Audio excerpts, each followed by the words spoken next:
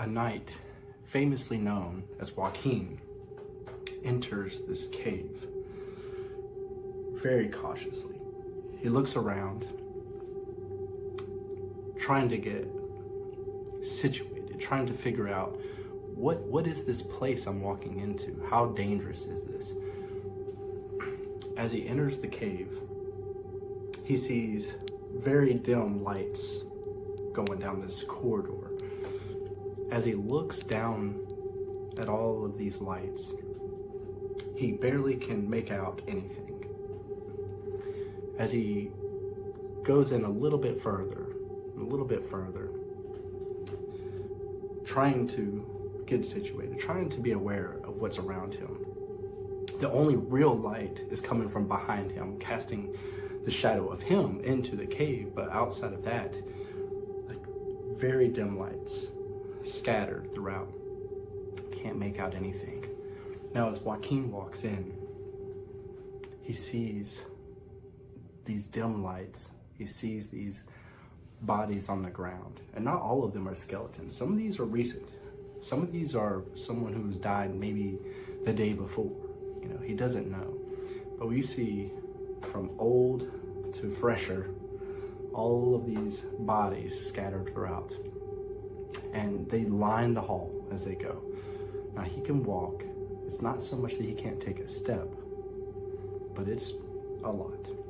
So as he goes through here, he's looking around. He doesn't hear anything, doesn't see anything moving, but the light is very, very dim.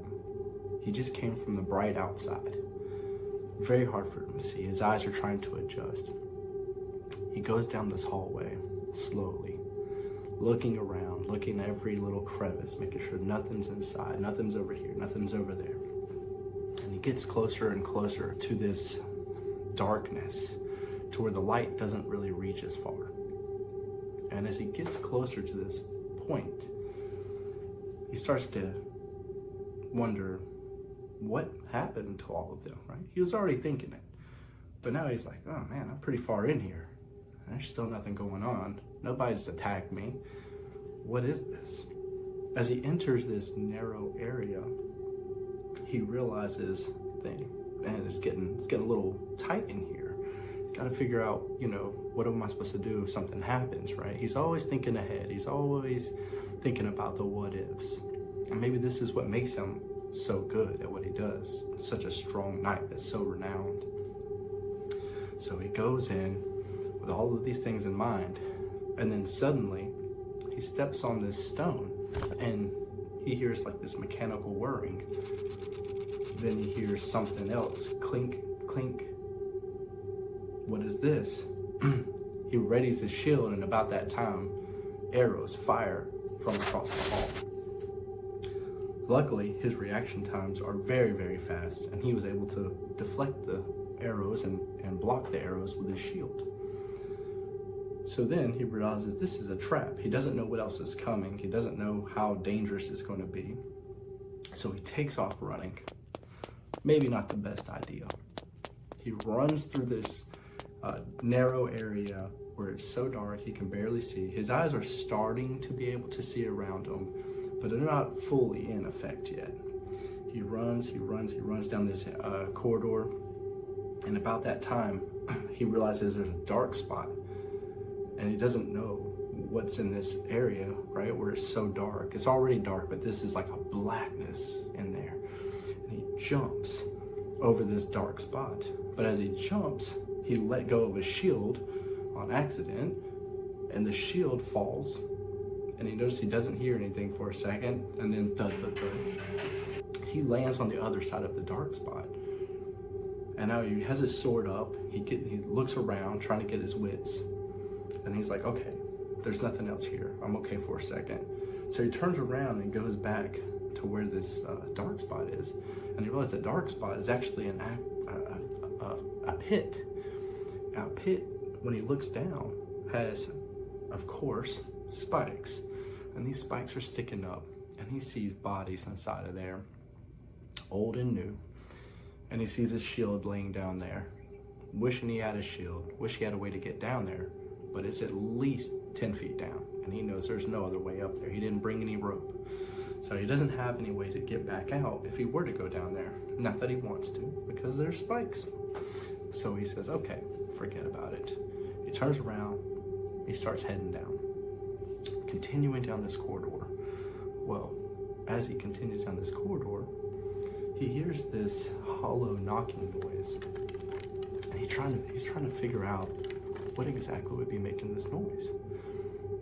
And it gets a little bit louder, and then he starts to hear more and more of it, and he is trying to see through this darkness, right? He's trying to see what's out there.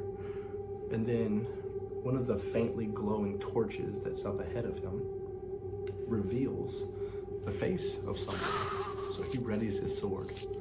He calls out to them, stop, don't come any closer, don't come near me. And they keep walking. And he realizes there's 3 of them. And they get closer and closer. And as soon as they get to the bright part of the torch, he realizes that their faces are mostly decomposed. They're wearing, clothing that's tattered and torn and worn, weathered. And they carry with them swords. And their eyes are glazed over if they have any eye left. And they just keep walking towards him. And they ready their swords. And he realizes, I'm going to have to fight them. They start to come towards him, and he starts slashing. And he blocks one, stabs through another. The other one swings at him. He turns out of the way, cuts its leg off, hacks the other's arm off, and they just keep coming. They won't stop. They won't stop. They keep attacking. They keep attacking. And he stabs and he cuts, and finally he beheads them. He realized that nothing would stop them. All the stabs, all the cuts, all the legs and arms severed, nothing stopped them. And so he had only one option, and that was to behead them. And that worked. After they were beheaded, they didn't move anymore. So now he realizes what he might be up against. He continues through the cave, and he gets further and further down. And finally, as he gets further down, he sees a door on the right. And this door has this like bluish glow about it. It's very faint, very hard to see, but it's glowing, and he can tell it's glowing. And he thinks, this could be it. This could be what I'm here for. So he walks up to the door.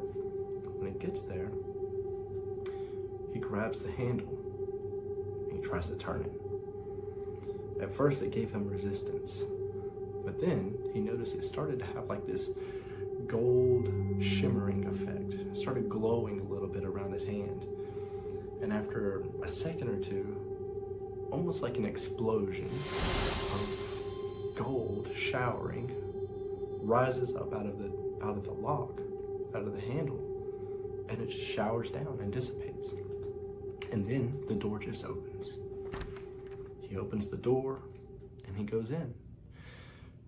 Once he's inside, of course, cautiously looking around, wondering who could be in here, what's in here, where's the trap, more booby traps somewhere. As he looks around, he sees this chest sitting up on a pedestal. And when he goes up to that pedestal, he sees that it has a goldish glow around it as well. And he walks up to it, and he sees there's a latch. There's no lock, just a latch. He sees this latch closed. So he looks around, and he's like, okay, there's got to be more to this, right? He unlatches it, lifts the chest lid open, looks inside, and there lies a scroll. He excitedly looks at this scroll, looks around, thinks, no way. Grabs the scroll, stuffs it into his armor, turns around, walks out. As he walks out of the room, he looks further down the corridors to see what's coming, what's happening, what's next. Doesn't hear anything, doesn't see anything. And he's like, well, I got what I came for. There's no reason to go further down. So he decides, I'm gonna head on out of here. He starts to go out, and as he's walking out behind him, he hears more of that hollow tapping sound, rubbing, scraping, and tapping. And he's like, I think this is not good, right? He thinks this is more of those skeletons coming to see me. Doesn't want no part of it. So he takes off jogging down this corridor back towards the exit. He hears those clacking noises louder and louder and louder. But then he realizes, I don't just hear that. I hear this thumping, this loud boom, boom, boom coming down the hallway with him. He has no idea what this could be. It sounds big and it sounds heavy. He needs to go. So he's running down this corridor as fast as he can, coming back towards the exit. He is trying to step where he stepped on the way there because he didn't hit any more booby traps, doesn't know if there's any more. So he's trying to stay in the same areas that he walked in. He knows that pit is coming. He knows he has to make that jump. He runs, and finally sees that pit. As he's jumping over the pit, he sees on the other side of the pit 5 creatures, 5 dark-haired creatures with long snouts, claws for hands, and they're standing up on 2 legs, but they look like they should be on 4. They look like whatever they should be walking around on 4 legs. He sees them snarling, he sees these long teeth, and this glowing reddish eyes that he just can't quite figure out what they are. But he's in midair at this point, seeing this, trying to figure out, what am I about to fight? He draws a sword. As he's landing, sword comes unsheathed, and he's ready to fight whatever these are, right? They start to encircle him, and he gets prepared, and he says, man, I don't want to fight these guys. I don't want to do this. I need to go. So he's looking at the one that's standing directly in front of him, and he decides, I'm going to have to go through this one. If I get through this one, maybe I can outrun the rest. So what does he do but lunge towards the one in front of him, hits it hard, knocks it back, and just starts swiping the sword, stab, stab, slash, slash, going into this creature, this huge creature who's several feet taller than he is, and very, very strong. He feels the might of that creature as it pushes back against him, as it claws back towards him, and he deflects with his armor. And about that time, he feels the rest of them pile onto him, and he thinks, there's no way I can fight through all of these. These are just too strong. They're so powerful. What do I do? And he starts to feel helpless as he covers his head, and he kind of kneels, and he just feels them trying to tear at his armor. It feels like their claws are actually starting to get through the metal, and he's trying to push through as best he can, but the pressure of them weighing him down, where they're pushing on him while the other ones are hitting him and slashing at him. And he starts to feel something inside of him grow, and he doesn't know what it is. But it's one of the first times he's ever been this afraid, where he thought, maybe this is it. Maybe I'm not going to make it out of here. And as this feeling grows, he realizes he can't contain it. And suddenly, it just burst out of him. And this shower of gold light just blows up out of him, coming from his chest.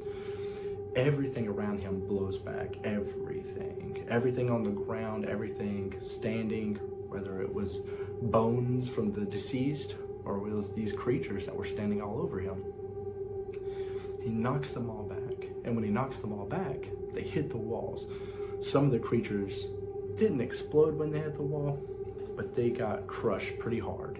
Others just went flying down the hallways, the other ones went that way, and he has no idea what just happened. The creatures aren't moving. They are just done. They're laid up either dead or they're unconscious. He has no idea what just happened. He's never done it or seen it done, never heard of it. So he's like, whoa, man, what do I do? But then he realized he still hears that clacking noise from this horde of what he believes to be undead. All these zombie-like creatures just running down this hallway, and he hears them. There's so many, way more than he fought before. And then that loud coming behind him. So he says, I can't sit here and think about this anymore, and he decides he needs to run. So he hauls down the hallway. As he's hauling it down the hallway, as he gets close to the end, he hears them right behind him, and he realizes they're about to be here. They're about to be running. They're outrunning him. And as he gets right to the edge, he jumps through the doorway, through the entrance of the cave, and lands, and immediately pulls his sword out and gets prepared to fight because he knows they're about to jump on him. Waukeen looks up at the cave entrance and sees all of the zombies lined up right there, looking at him with their faintly glowing bluish eyes and that decomposed hand, the same size as him, pulling back. Suddenly he hears this loud roar come from inside, which he can only assume came from this large thing, this creature inside that almost had him in his grasp. He stands up, realizing they're not coming outside into the light, but doesn't know if it's the light that stops them, or is there some kind of spell on this cave where they can't leave. He looks over at all of them lined up, and he realizes they all wear different clothing. They all have different crests on their clothing. And he thinks to himself, is this previous soldiers and knights that have come here to achieve retrieving that scroll or something else, and they never made it? He doesn't know. But for all these different kingdoms to have soldiers in here that are now zombies, he can't help but wonder, what led to that? Why are they there? He looks over at his horse, Onyx, who's off to the side. He calls for Onyx to come over. Onyx slowly walks over. He turns Onyx towards the forest that sits in front of them and sees that long travel they have, that long trip across this long forest. And they set out.